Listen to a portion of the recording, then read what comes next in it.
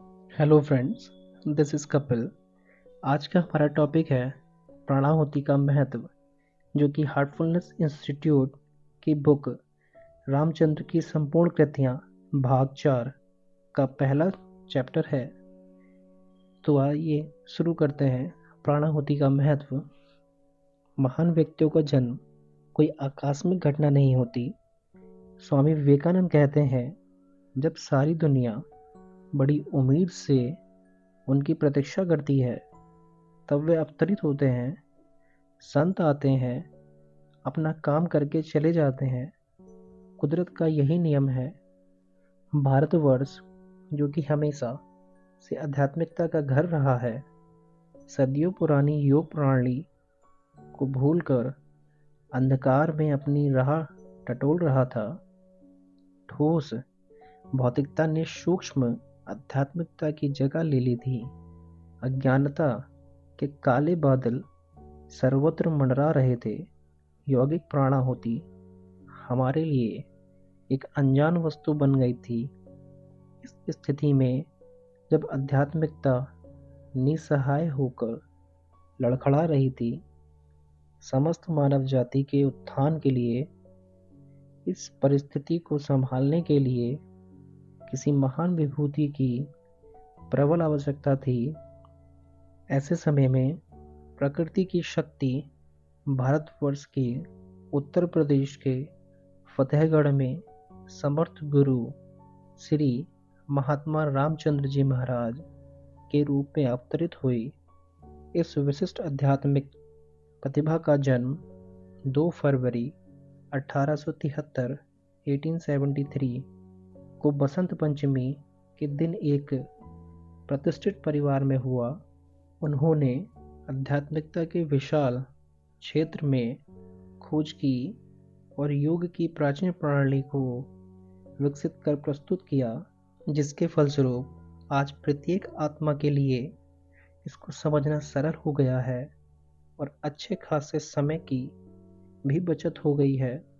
यह दुनिया अगर इस पद्धति को हृदय की आंखों से देखे तो अचंभित हो जाएगी।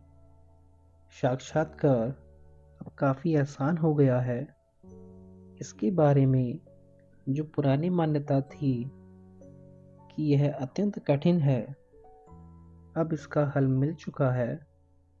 इसने पुरानी मान्यता को कि यह अत्यंत कठिन है, अब उखाड़ फेंका है। प्राणाहुति स्पिरिचुअलिटी इस पद्धति का प्रमुख एवं प्राथमिक प्रशिक्षण है, जो कि कार्य को सरल इजी बना देता है। इसे सहज मार्ग साधना पद्धति के माध्यम से परिचित कराया गया है। हम इसकी शुरुआत हृदय पर ध्यान से करते हैं, जो कि मानव शरीर का केंद्र है। जब यात्रा का आरंभ होता है, तब परिवर्तन का अनुभव होने लगता है। इन परिवर्तनों और अनुभवों के बारे में अनंत की ओर टुवर्ड्स इन्फिनिटी नामक पुस्तक में उल्लेख किया जा चुका है। इसीलिए मुझे यहाँ बताने की कोई आवश्यकता नहीं है। प्रत्येक केंद्र में केवल 4 अवस्थाओं का अनुभव होता है। जैसे जैसे हम आगे बढ़ते हैं, वैसे वैसे यह परिष्कृत होती जाती है और अस्तित्व के अंतिम चरण तक जारी रहती है। पिंड प्रदेश के सभी केंद्रों की यात्रा की समाप्ति के बाद हम ब्रह्मांड मंडल में पहुंचते हैं। यह ब्रह्मांडीय प्रदेश है, जिसको ब्रह्मांड मैक्रोकॉस्म कहा जाता है। यहाँ प्रकृति की समस्त शक्तियाँ कार्यरत होती हैं और हम इन्हें आत्मसात करने का प्रयास करते हैं। बेशक ये बहुत बड़ा प्रदेश है, परंतु इसके आगे इससे भी बड़े प्रदेश हैं। हर बिंदु अपने आप में एक महाद्वीप है, कॉन्टिनेंट है। जब हम इसकी यात्रा करना आरंभ करते हैं, तब इसके सौंदर्य का अधिक अनुभव कर पाते हैं। इसके बाद हम ब्रह्मांड मंडल में प्रवेश करते हैं और फिर प्रपन्न, जहाँ हमें अत्यंत भक्ति और ईश्वर की महानता का अनुभव होता है। इसके बाद आता है प्रभु, जहाँ हम सृष्टि में अपने अंश को महसूस करते हैं। इसके बाद प्रपन्न प्रभु आता है, जहाँ दोनों चीज़ें उत्कृष्ट रूप में होती हैं। इसके बाद और 64 पॉइंट्स हैं, जो सब मेरी खोज है। यात्रा में यह सब बिंदु पार करके मनुष्य सशक्त हो जाता है, और इन सब बिंदुओं को पार करने के बाद केंद्रीय प्रदेश में प्रविष्ट होने की खबर लगती है। ईश्वर का पवित्र क्षेत्र यही है। वहाँ प्रकाश के 7 व्रत हैं।